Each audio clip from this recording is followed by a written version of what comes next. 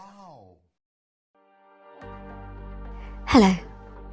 When The Dukes of Hazzard premiered on January 26, 1979, it was intended to be a temporary patch in CBS primetime schedule until The Incredible Hulk returned. Only 9 episodes were ordered, and few executives at the network had any expectation that the series about 2 amiable brothers at odds with the corrupt law enforcement of Hazzard County would become both a ratings powerhouse and a merchandising bonanza. Check out some of these lesser-known facts about the Duke boys, their extended family, and the gravity-defying General Lee, which made their small-screen debut 40 years ago today. CBS chairman William Paley never quite bought into the idea of spinning his opinion to match the company line. Having built CBS from a radio station to one of the big 3 television networks, he had harvested talent as diverse as Norman Lear and Lucille Ball, a marked contrast to the southern fried humor of the Dukes of Hazzard. In his 80s, when it became a top 10 series and seeing no reason to censor himself, Paley repeatedly and publicly described the show as lousy. While John Schneider and Tom Wopat were the ostensible stars of the show, both the actors and the show's producers quickly found out that the main attraction was the 1969 Dodge Charger, dubbed the General Lee, that trafficked brothers Paul and Luke Duke from one caper to another. Of the 60,000 letters the series was receiving every month in 1981, 35,000 wanted more information on or pictures of the car.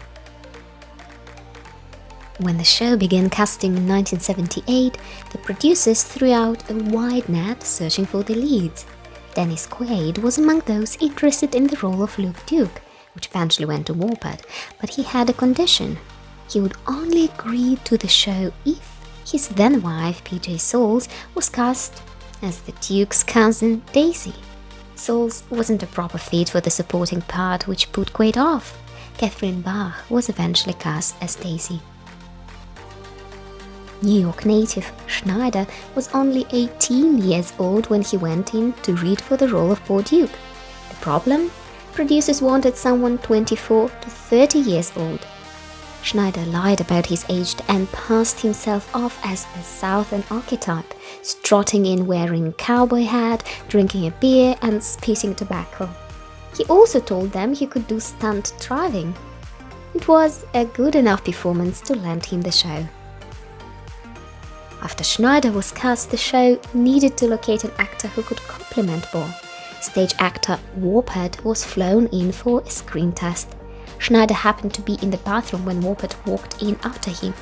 The two began talking about music. Schneider had seen a guitar under the stall door and found they had an easy camaraderie. After flushing, the two did a scene. Wopat was hired immediately. Bach's omnipresent jean shorts was such a hit that any kind of cut-offs quickly became known as Daisy Dukes after her character. But they were so skimpy that the network was concerned censors wouldn't allow them. A negotiation began, and it was eventually decided that Bach would wear some extremely sheer pantyhose to make sure there were no clothing malfunctions. Daisy was originally going to wear a miniskirt after producers told Bach to see what waitresses were wearing in the restaurant across the street, but they eventually landed on the famous short shorts, although that too would come with some controversy. Additionally, Catherine Bach, who played Daisy, was quite the seamstress, making many of the outfits for her character, including the famous red bikini she wore in several episodes. Shirley Moore, Bach's former grade school teacher, went on to work in the White House. After Bach sent her a poster, she was surprised to hear back that then First Lady Nancy Reagan was enamored with it. "I'm the envy of the White House and I'm having your poster framed," Moore wrote in a letter. Mrs. Reagan saw the picture and fell in love with it. Bach sent more posters, which presumably became part of the decor during the Reagan administration. Robert and Schneider famously walked off the series in 1982 after demanding a cut of the show's massive merchandising revenue, which was, by one estimate, more than $190 million in 1981 alone. They were replaced with Byron Cherry and Christopher Meyer, cousins of the Duke boys, who were reviled by fans for being scabs. The two leads eventually came back, but it wasn't the only time Warner Brothers had to deal with irate actors. James Best, who portrayed crooked Sheriff Roscoe P. Coltrane, refused to film 5 episodes because he had no private dressing room in which to change his clothes. The production just hosed him down when he got dirty. Ben Jones, who played Cooter, the mechanic, briefly left because he wanted his character to sport a beard, and producers preferred he to be clean-shaved. As established, the General Lee was a primary attraction for viewers of the series. For years, the show wrecked dozens of chargers by jumping, crashing, and otherwise abusing them, which created some terrific footage. For its 7th and final season in 1985, the show turned to a miniature effects team in an effort to save on production costs.